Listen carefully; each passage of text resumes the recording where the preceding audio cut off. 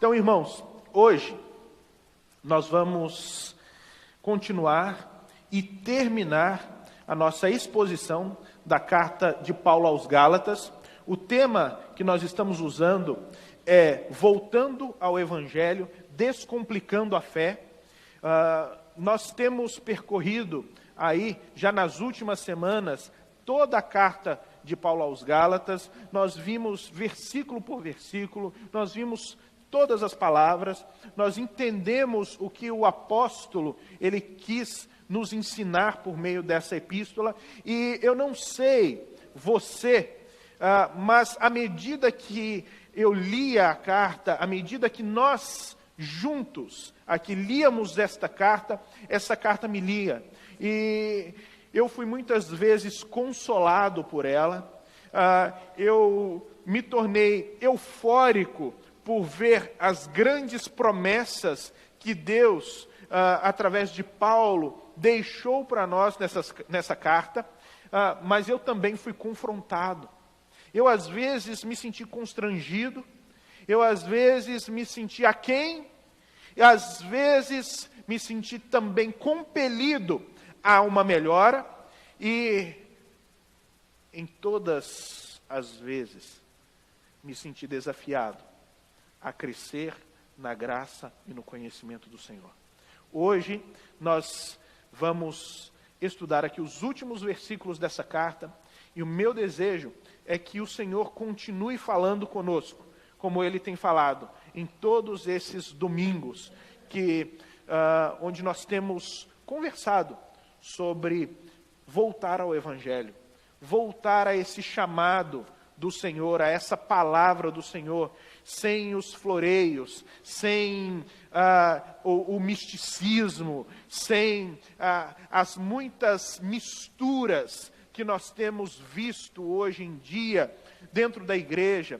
Um evangelho que ele é puro, um evangelho que ele é simples, mas um evangelho que é poder de Deus para a salvação de todo aquele que crê. É para esse evangelho que nós estamos, que nós temos que voltar, que a igreja de Cristo precisa voltar. Então eu convido você a abrir comigo em Gálatas, carta de Paulo apóstolo aos Gálatas, capítulo 6, eu vou ler a partir do versículo 11 até o final. Vejam com que letras grandes estou lhes escrevendo de próprio punho. Os que desejam causar boa impressão exteriormente, tentando obrigá-los a circuncidarem, agem desse modo apenas para não serem perseguidos por causa da cruz de Cristo. Nem mesmo os que são circuncidados cumprem a lei. Querem, no entanto, que vocês sejam circuncidados a fim de se gloriarem no corpo de vocês. Quanto a mim, que eu jamais me glorie a não ser na cruz do nosso Senhor Jesus Cristo, por meio do qual o mundo foi crucificado para mim e eu para o mundo. De nada vale ser circuncidado ou não. O que importa é ser nova criação. Paz e misericórdia estejam sobre todos os que andam conforme essa regra, e também sobre o Israel de Deus. Sem mais que ninguém me perturbe, pois trago em meu corpo as marcas de Jesus. Irmãos, que a graça do nosso Senhor Jesus Cristo seja com o espírito de vocês. Amém. Até aí.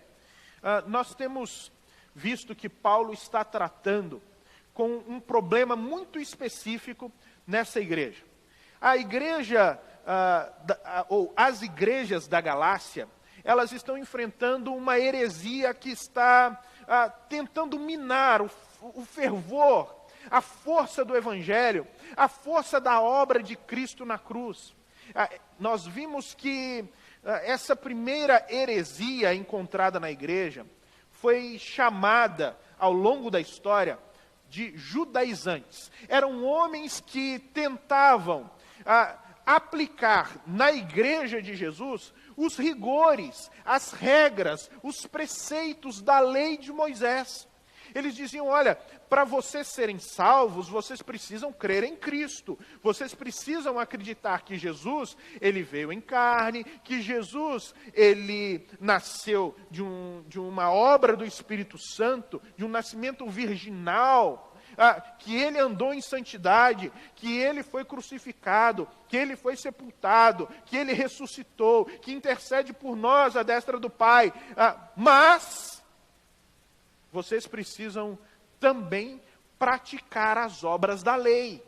Vocês precisam guardar os calendários sagrados, vocês precisam cumprir as dietas religiosas, ou seja, existem alimentos permitidos e alimentos não permitidos, existem também alguns calendários sagrados que vocês precisam observar, e mais, vocês homens, precisam ser circuncidados, vocês precisam carregar no corpo de vocês a marca da aliança de Deus, feita com Abraão, para que vocês possam ser inseridos nessa promessa feita a Abraão, e então desfrutarem dessa relação com Deus de maneira apropriada. Sem isso, sem o cumprimento da lei, vocês não vão conseguir experimentar a salvação. E outra, a tentativa aqui era de rejudaizar a igreja, era de trazer a religião judaica e aplicar os conceitos judaicos, os valores judaicos e a maneira de interpretar o mundo e a fé judaica para dentro da comunidade cristã. Esse era o propósito, essa era a intenção desses judaizantes. Então Paulo, quando percebe que os gálatas, eles se animaram com essas propostas e estavam aceitando esses convites e esses conceitos com tanta facilidade, ele ficou muito bravo. Ele ficou extremamente indignado. Então ele vai dizer: ó Gálatas insensatos, quem vos seduziu? Quem vos enfeitiçou? Como é que alguém lançou um feitiço sobre vocês para tirar vocês do caminho que vocês estavam seguindo? Só pode ser, porque qualquer um que pregar um evangelho diferente desse, precisa ser amaldiçoado. Ainda que um anjo vindo do céu, ele vai dizer, pregue um evangelho diferente daquele que nós ensinamos para vocês, que seja maldito. Então o que Paulo está dizendo é que não existe nenhuma autoridade humana ou sobre-humana que pode torcer a palavra do evangelho, que pode ensinar conceitos, preceitos, ou até mesmo uma nova revelação que é diferente daquilo que já foi posto e selado pelo Espírito de Deus como a base da nossa fé, como o Evangelho de Jesus Cristo. Então Paulo, quando percebe que essas pessoas estão se desviando desse Evangelho, ele sofre profundamente, ele sente uma dor lancinante dentro do coração, como se estivessem tirando dele os próprios filhos.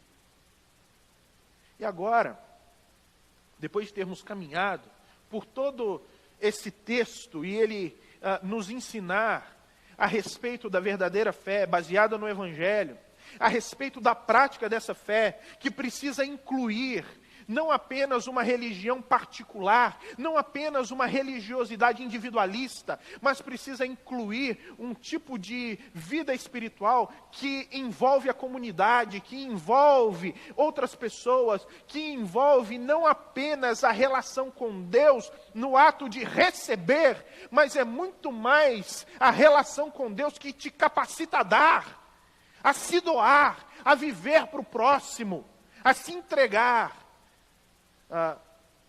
Depois de entendermos que prática de evangelho significa essa disposição do nosso coração, movida unicamente pelo poder do Espírito de Deus, que nos faz caminhar em novidade de vida, e nos faz caminhar em direção ao próximo, em direção ao outro, e nos faz entender que vida é algo especial, vida é algo um valor com o qual nós estamos lidando no dia a dia e que nada pode substituir. E é por isso que o cristão ele está envolvido com vida o tempo inteiro. Ele se envolve não apenas com a sua própria vida, porque quando a gente se envolve com a nossa própria vida, deixa de ser espiritualidade cristã e se torna egocentrismo. Mas a espiritualidade cristã nos faz e nos leva ao envolvimento com outras vidas. E ao envolvimento sincero. O envolvimento de querer o bem. O envolvimento de cuidar, de ajudar, de zelar, de ajudar, tirando daquilo que é nosso e contribuindo para suprir aquilo que o outro não tem. Esse é o tipo de espiritualidade que nós vamos encontrando em Paulo.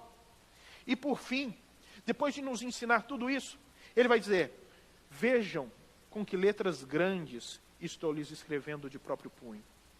Pode ser porque Paulo teve um problema de visão.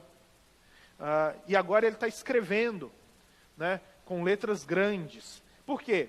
Porque até agora ele estava usando um amanuense.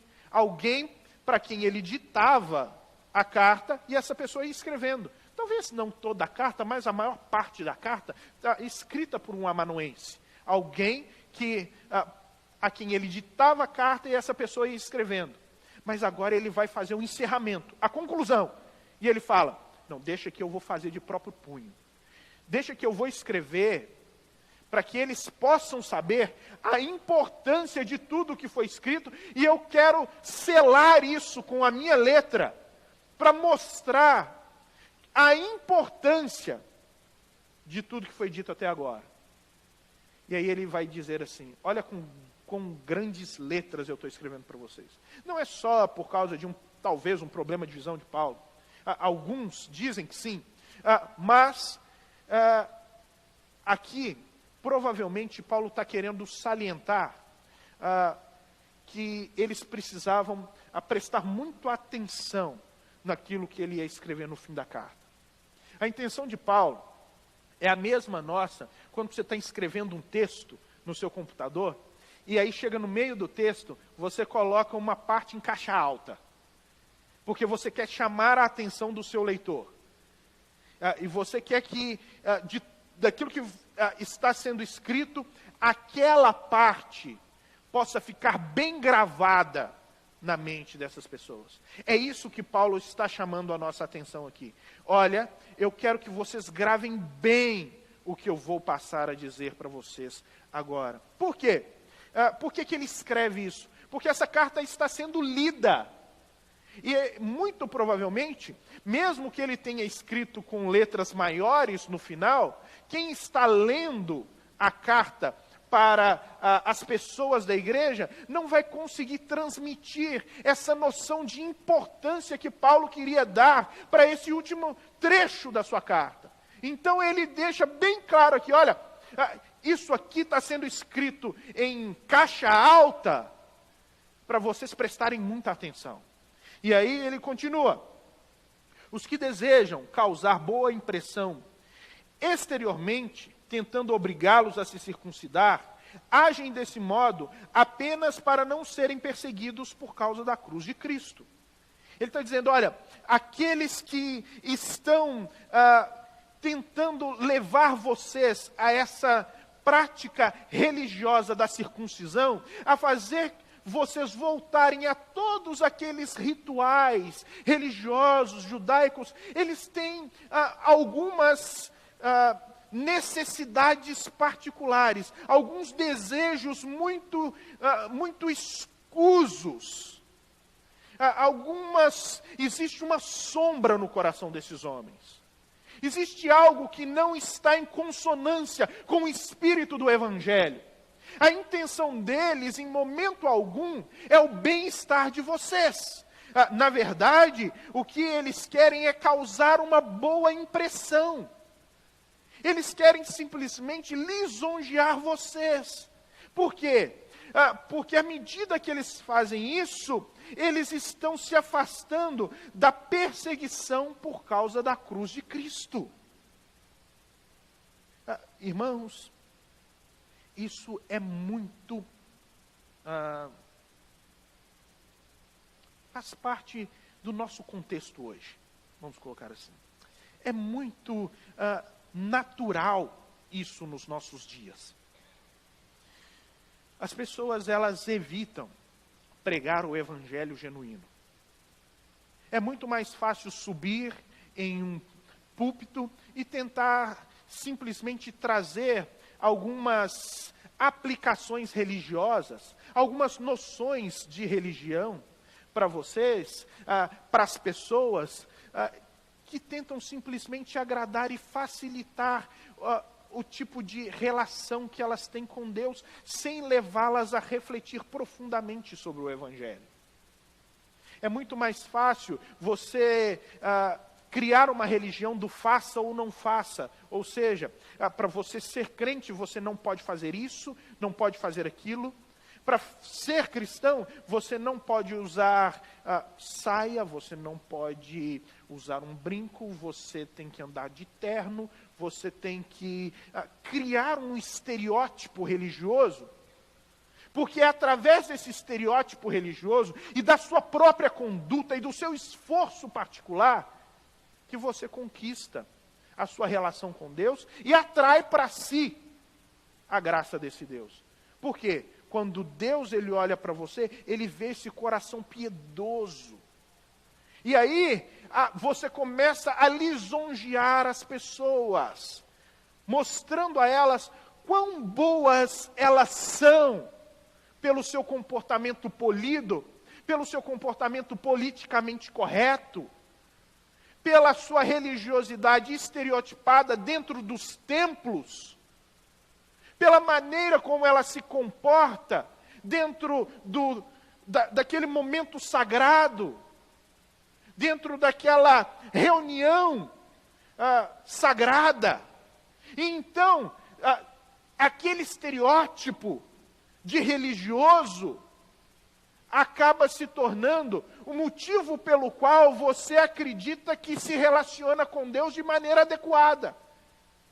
Quando o evangelho ele vai completamente na contramão de tudo isso. O evangelho é aquele que te leva a refletir sobre o que verdadeiramente passa no seu coração. Ele leva você a olhar para dentro de si mesmo e dando a mão para você, para que você faça essa jornada. Ele fala, não fica com medo não, você vai ver muita coisa feia aí, mas não fica com medo não. Você vai descobrir muita coisa dentro de você que você não vai gostar. Muitos monstros que você não vai gostar. Você vai descobrir um mal terrível chamado pecado, que você não vai gostar. Porque é isso que habita o seu coração. São essas trevas que estão dentro do teu coração. E não existe obra, não existe estereótipo religioso, não existe ritual religioso que possa romper com essas trevas que habitam o seu coração. Com essa maldade que está dentro do teu coração. Maldade que muitas vezes você já disse, vou mudar, e não conseguiu mudar. Vou fazer diferente, mas não conseguiu fazer diferente. É aquela maldade que você disse, olha, a partir de hoje, eu vou orar todos os dias. Pelo menos 1 hora por dia. Não tem problema com isso. Mas a gente fala. E aí a gente não cumpre na primeira semana. Olha, agora eu vou ler a Bíblia todos os dias. E acaba não cumprindo. Não, agora, o que eu vou fazer? Eu vou mudar o meu comportamento. E de repente você se pega caindo na mesma coisa, na mesma falha, na mesma prática errada que te condena. E você vai, a partir disso, olhando pela lente do Evangelho, descobrindo a maldade dentro do coração humano. Mas aí vem Paulo e vem nos mostrando que nós não precisamos de rituais religiosos para podermos, nem estereótipos religiosos, para podermos nos relacionar com Deus, e nem conseguimos. Nós temos a cruz de Cristo. Cristo morreu naquela cruz, para que nós pudéssemos, então, por meio do sacrifício dele, dos méritos dele, aos quais nós nos apegamos por fé, e que se aplicam na nossa vida, então nós cremos que tudo o que ele conquistou na cruz, toda aquela liberdade que ele conquistou na cruz, nos é dado, não porque nós merecemos, mas simplesmente porque Deus olhou para nós com graça e com amor. Não existe essas maneiras religiosas. Tudo isso é tentativa de agradar, é engodo, é mentira, é falácia, é religião humana. Você pode tentar marcar o seu corpo, você pode tentar se circuncidar, mas nada disso vai levar você a se aproximar de Deus, a não ser essa graça maravilhosa com a qual nós devemos estar deslumbrados todos os dias por causa do infinito amor de Deus por nós. Por causa desse grande amor de Deus por nós, que amou você do jeito que você é, do jeito que você está, e te ama tanto, que não está permitindo que você continue a viver da mesma maneira. Esse amor é o amor transformador de Deus. Mas nós escutamos muito aí mensagens a respeito de vitórias. Vitórias sobre as dificuldades financeiras, vitórias sobre as nossas debilidades físicas, vitória sobre os inimigos, vitória sobre as hostes das trevas. São tantos tipos de vitórias que a gente poderia ficar aqui citando a noite inteira, tanto tipo de vitória que o povo aí fora consegue inventar para te tornar um vitorioso legítimo. Quando, na verdade, a nossa vitória não vem da nossa capacidade de ultrapassarmos essas dificuldades circunstanciais que nos aparecem. E Deus abençoa, sim, financeiramente, abençoa, sim, a nossa saúde, Ele cura, mas essa não é a essência do Evangelho. Não somos vitoriosos porque estamos tendo isso. Somos vitoriosos porque Cristo morreu por nós na cruz. É por isso que Paulo pode dizer assim, olha, eu sei passar fome, nudez, sabe? Eu sei ter necessidade, mas eu também sei ter em abundância. Aí no final ele fala assim, tudo posso naquele que me fortalece. Eu posso passar necessidade, eu posso ter abundância. Não interessa a minha situação circunstancial, interessa que Cristo morreu por mim na cruz. E é isso que garante que eu realmente me encontro numa posição favorável diante de Deus. O Cristo que morreu por mim na cruz. Então a intenção desses homens era simplesmente manter essa boa impressão, de modo a não serem perseguidos por causa da cruz de Cristo. Quando nós pregamos o Evangelho, quando alguém prega o Evangelho genuíno, irmãos, isso vai gerar determinados descontentamentos. Porque o Evangelho, em primeiro lugar, ele ofende a gente. Ele ofende o nosso coração mal, porque você não está escutando mais que você é o bonzinho que Deus amou, por causa do seu coração bom, generoso e florido. Mas o Evangelho vai levar você a cair em si mesmo e dizendo, você é mau, e Deus passou a amar você, não por algo que Ele viu no seu coração, mas por algo que Ele viu dentro do coração dEle mesmo. Isso é graça. Ele estende esse amor simplesmente por generosidade. E nos alcança e nos atrai para si. Esse é o Evangelho. É o Evangelho que mostra as nossas mãos como estão sujas. A Bíblia, na história da igreja, é chamada e conhecida como o livro que conspurcam as mãos. Conspurcar é sujar. O livro que suja as mãos, porque à medida que você vai lendo esse livro, você vai descobrindo como a sua mão está suja, como na sua mão existem pecados, existem atos, sentimentos, sensações que você não deveria ter.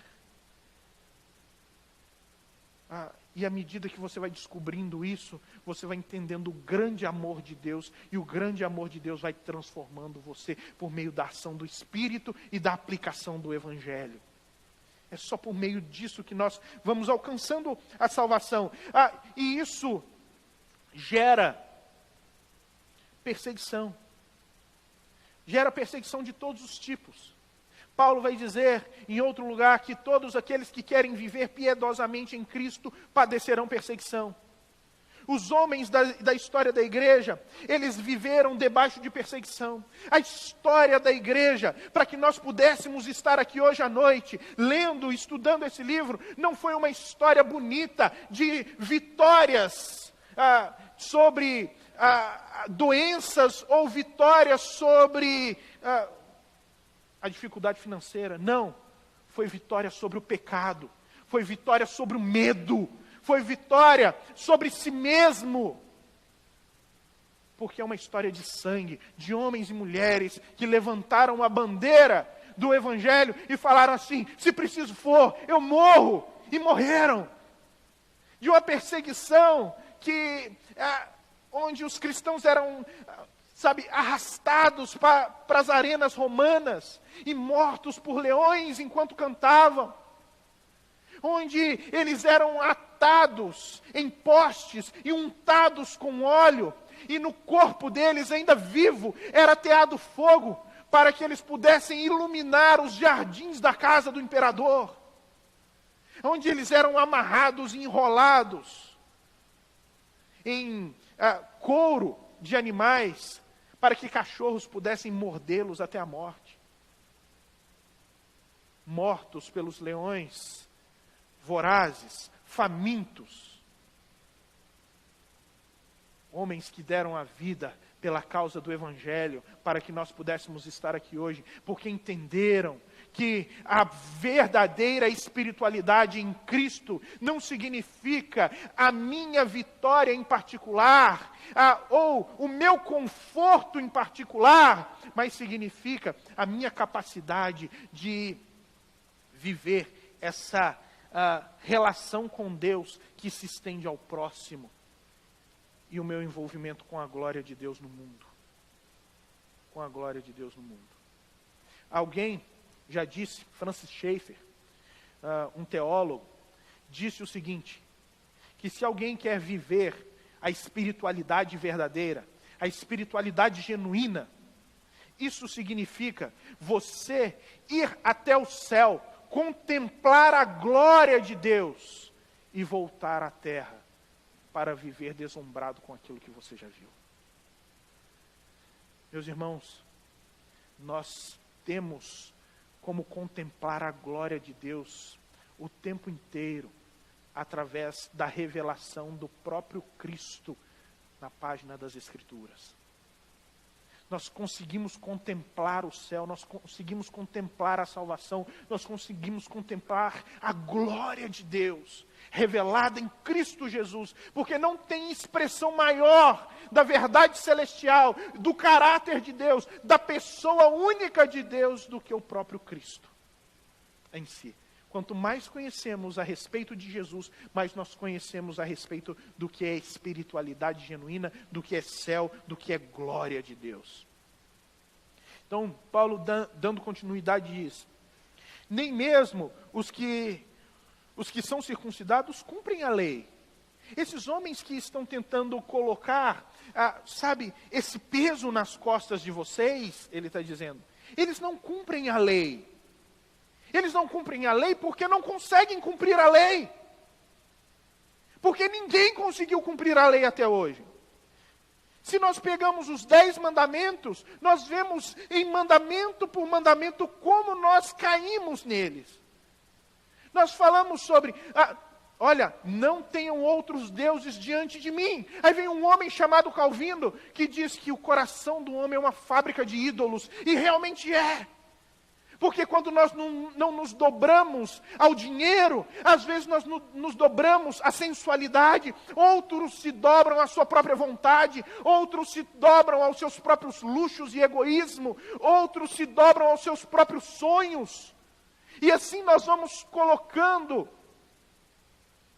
em primeiro lugar muitos outros ídolos que nós vamos criando, e não apenas ídolos feitos de pau, pedra, gesso, mas ídolos que não têm forma, mas que são tão potentes em roubar a nossa sensação de estarmos servindo unicamente ao Deus verdadeiro, quanto qualquer outro ídolo da história mundial, que nós acabamos chamando de deuses, porque nós criamos deuses. Nós ouvimos dizer, olha, não faça imagens para vocês, não crie imagens para vocês, guarda o dia do Senhor, tenha reverência, se lembre do Senhor. Olha, não use o nome do Senhor em vão. Não matarás, não adulterarás. Aí vem Jesus e diz, qualquer um que falou mal do irmão, tem ódio do irmão, já é assassino. Qualquer um que olhou para uma mulher com intenção impura, adulterou com ela. Aí o texto fala, não cobiçarás a mulher do teu próximo, o boi do teu próximo, a casa do teu próximo, o carro do teu próximo, a moto do teu próximo, a inteligência do teu próximo, o corpo da tua próxima. Não cobiçarás. Mas isso está dentro do nosso coração, não é mesmo? E nós vamos caindo em mandamento a mandamento. Nós vamos caindo. Então Paulo está falando, olha, nem eles mesmos conseguem guardar, e estão colocando isso sobre vocês. Não era só uma realidade dos Gálatas. O que Paulo está querendo dizer aqui é que esses homens eram hipócritas. O que é um hipócrita? O hipócrita é aquele que representa uma coisa que não é. E o que mais nós temos hoje na igreja é representação daquilo que não é de fato, hipocrisia. São líderes que querem se tornar super-homens, que passam e transmitem a imagem de serem super-homens. São aqueles que dizem para o povo, se você está doente, sabe por que você está doente? Porque você não tem fé. Mas quando eles estão doentes, eles podem ser tratados no Sírio-Libanês, eles podem ser tratados na Europa, e precisam sair do Brasil para que a máscara não caia. Por quê? O povo é pecado. Na vida deles é ataque do diabo. Isso é hipocrisia. Nós temos, irmãos, que voltar ao evangelho simples, de uma espiritualidade simples, que envolve relacionamento com Cristo por meio da sua revelação. Ele vai continuar dizendo aqui, querem, no entanto, que vocês sejam circuncidados a fim de se gloriarem no corpo de vocês. A intenção dele aqui é dizer que esses homens reuniam a igreja, e reuniam os homens da igreja, e começavam a circuncidar os homens. A circuncisão é cortar o prepúcio, né? A pele do pênis do homem. E à medida que eles faziam isso, como sinal da aliança de Deus com os homens, eles colocavam, eles iam contando os prepúcios para dizer quem tinha circuncidado mais. E depois levar esses números para Jerusalém e dizer, olha como nós somos bons. Olha como nós temos feito a obra de Deus. E então se gloriarem no corpo daqueles irmãos. Nós hoje também temos um paralelo. Nós vemos um tipo de fé onde a igreja ela é induzida a se reunir para eventos simplesmente para manter as pessoas dentro do templo. Porque religião, fé cristã, se tornou simplesmente aquilo que acontece dentro do templo. Se você mantém pessoas dentro do templo, e esse templo está cheio de pessoas, então você está fazendo um bom trabalho. Então, como pastor, você vai ir de igreja em igreja, de encontro em encontro, de pastor para pastor, e vai falar assim: na minha igreja tem 150 pessoas. Na minha igreja tem 200 pessoas. Não, na minha igreja tem 4.000 pessoas. Não, lá na minha igreja tem 40.000 pessoas. Não, na minha igreja tem 140.000 pessoas. E todos esses números que eu estou falando são números reais que se encontram hoje dentro de igrejas. E eu não estou falando de várias igrejas, como por exemplo uma convenção. Eu estou falando de uma igreja com 150, 200, 4.000, 40.000 e 140.000. Algum problema quanto a isso? Não. O problema não está na reunião que acontece ali. O problema está no coração daqueles que estão ensinando. E aqui eu quero... se semana passada eu falei a favor da classe, porque Paulo falou a favor da classe, hoje aqui eu quero falar contra a classe. Quero falar contra a classe, porque eu preciso prevenir vocês. Porque não interessa, por mais eloquente que seja o pastor, por mais carismático que seja o pastor, não interessa como é o comportamento e o estereótipo espiritual desse pastor, se ele usa um linguajar que tem a ver com o evangeliquê do dia de hoje, dos dias de hoje, ou não.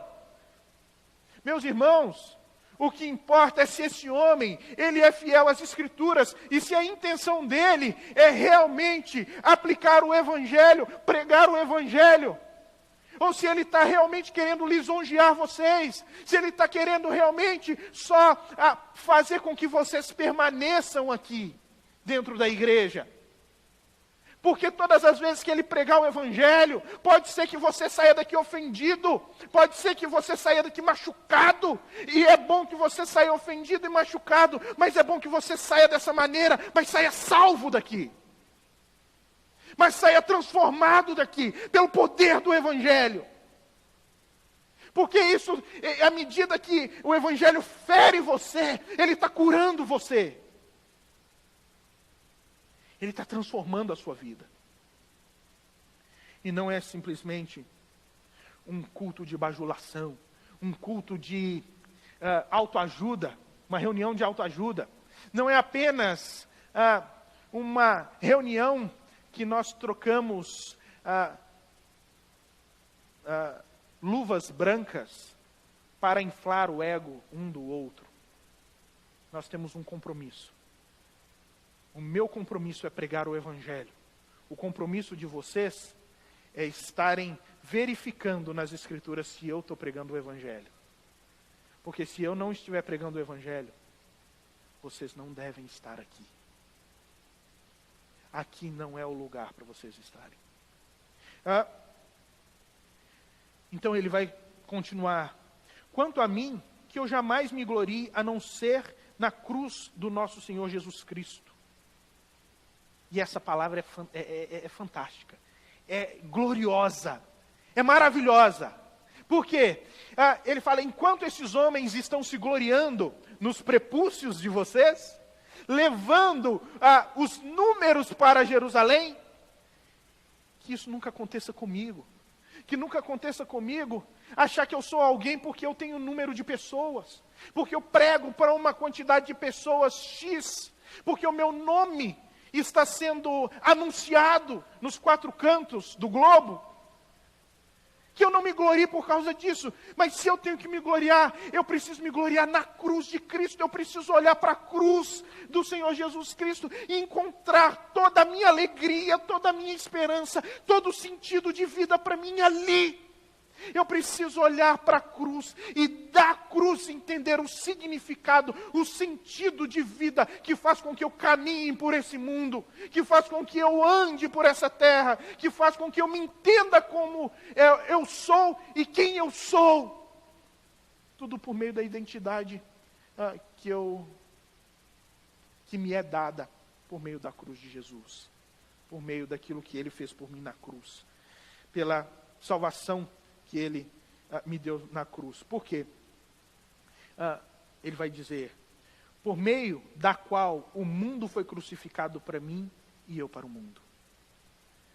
Ele está falando assim, aqui, esse mundo é o sistema corrompido, é esse sistema maligno, é esse sistema que a Bíblia vai dizer que jaz no maligno, ou seja, que está completamente pervertido, que é pautado pela agenda da perversidade. Ele está dizendo, olha, eu vivo de uma maneira diferente. Mas não porque eu pratico rituais, não porque eu sou circuncidado, não porque eu guardo alguns dias sagrados, não por causa de uma dieta santa, não por causa dos rituais que as pessoas estão inventando por aí, dos muitos sacrifícios que são feitos dentro das igrejas, sacrifício para isso, sacrifício para aquilo, não porque eu participo de algumas reuniões de quebra de maldição, não porque eu participo de algumas...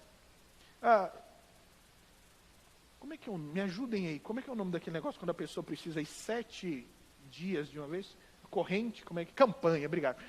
Campanha, não porque eu participo de campanhas, a fim de achar que são as campanhas que vão transformar a minha vida, pelo meu esforço, não. Eu estou ligado à cruz de Cristo. O sentido vem por causa da cruz de Cristo. E eu estou morto para o mundo por causa da cruz de Cristo. E não é só que eu estou morto para o mundo. O mundo está morto para mim. Não tem nada no mundo que eu queira mais que a cruz de Cristo. Não tem nada que possa me fazer ceder da posição em que eu estou, de servir e de seguir a Cristo, e que o mundo pode me oferecer, e que me faça declinar. Nada! Porque eu estou servindo a Cristo. E aí entra aquela música, estou seguindo a Jesus Cristo, né? Atrás não volto, não volto não. Não volto, porque, irmãos, a intenção de Paulo é falar que não existe nada nesse mundo que possa deslumbrá-lo a ponto de fazê-lo ceder da posição que ele se encontra em Cristo Jesus. Mas existem tantas coisas, às vezes, que nos fazem ceder. Às vezes não é a cruz que dá sentido à nossa vida, às vezes é o dinheiro que nós temos que dá sentido à nossa vida. Às vezes é uma pessoa, às vezes é um sonho, às vezes é um bem, às vezes é uma ideologia político-partidária, que faz com que a nossa vida tenha sentido. Paulo está falando, nada disso vai me fazer ceder. A minha identidade, quem eu sou, o que eu creio, o que foi construído em mim por Deus, vem da cruz. E é nela que eu me glorio, porque ela me faz viver um novo tipo de vida, uma agenda onde as outras pessoas têm voz, aonde eu dou valor à vida humana, à integridade humana, ao direito do outro. Eu dou valor à dignidade do outro. E não trato o outro bem simplesmente porque ele concorda com as minhas ideias. E trato o outro bem não simplesmente porque ele é da minha religião. Eu trato o outro bem porque ele é um ser humano. E simplesmente pelo fato de ser humano, ele é digno. Digno porque nele foi colocado a imagem de Deus. E mesmo que esteja desfigurada, ainda ele conserva. Mesmo que desfigurada, essa imagem. E é por isso que ele é digno. Independente da religião que ele segue, independente de quem ele é, nele é preciso ser visto essa dignidade. Então ele continua dizendo, de nada vale ser circuncidado ou não. Sabe essa discussão de que tipo de prática religiosa é a melhor? Se eu preciso fazer 7 dias de campanha ou se é 21? Se o demônio ele vai sair da minha família depois da quebra de maldição hereditária, ou se ele vai sair da minha família depois que eu fizer o sacrifício no altar. Ele está falando assim, essa discussão sobre religiosidade, isso é bobagem. Isso é bobagem e a gente precisa voltar para o Evangelho. A gente precisa voltar para o Evangelho, descomplicar essa fé que as pessoas estão complicando tanto. E como que faz isso?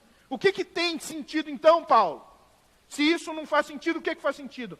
O que importa é você ser nova criatura.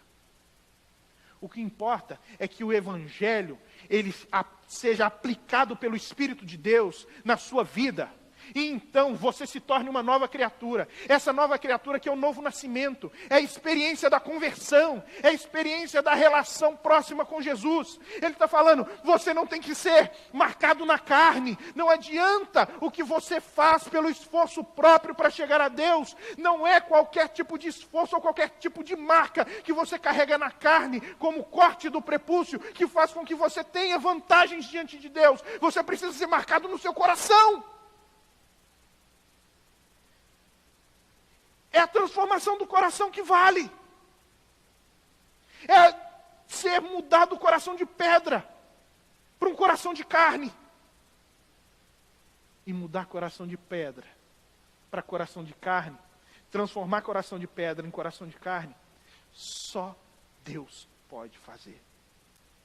Porque nós podemos mudar atitudes, nós podemos mudar o estereótipo, a maneira como a gente se veste, a maneira como a gente fala, o tipo de cabelo.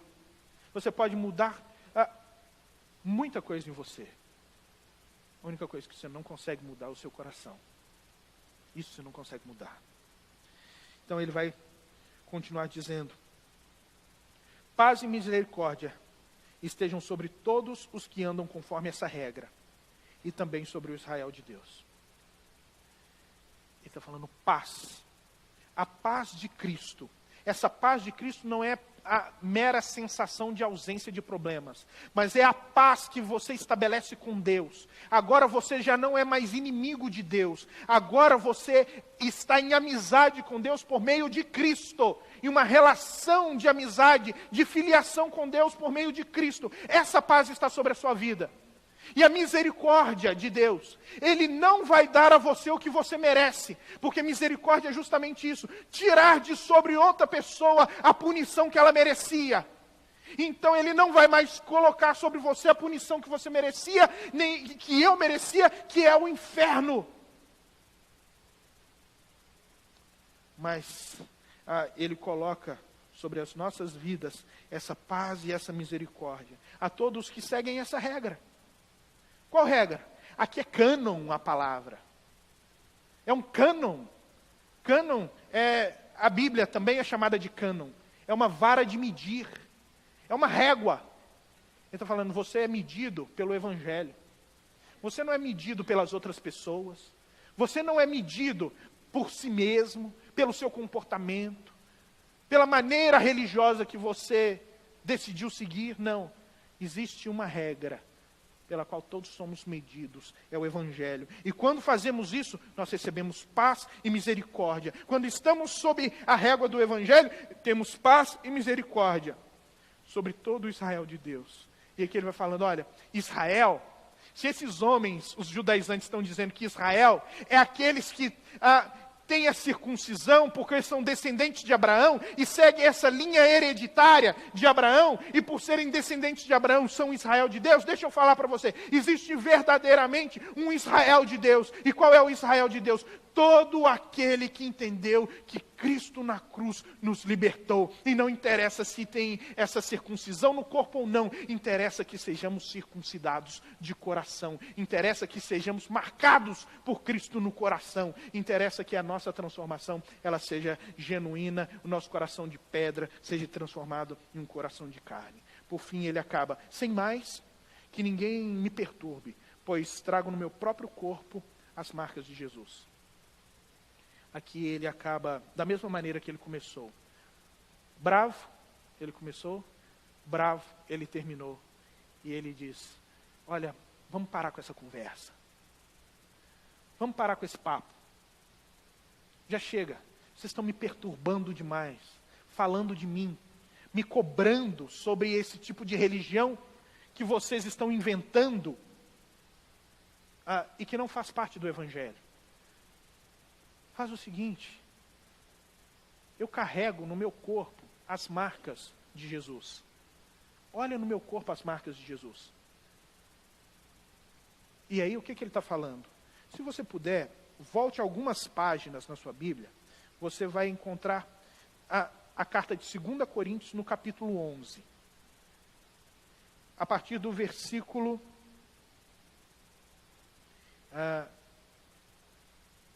eu vou ler a partir do versículo 23. E eu vou mostrar para você quais são as marcas de Cristo no corpo de Paulo.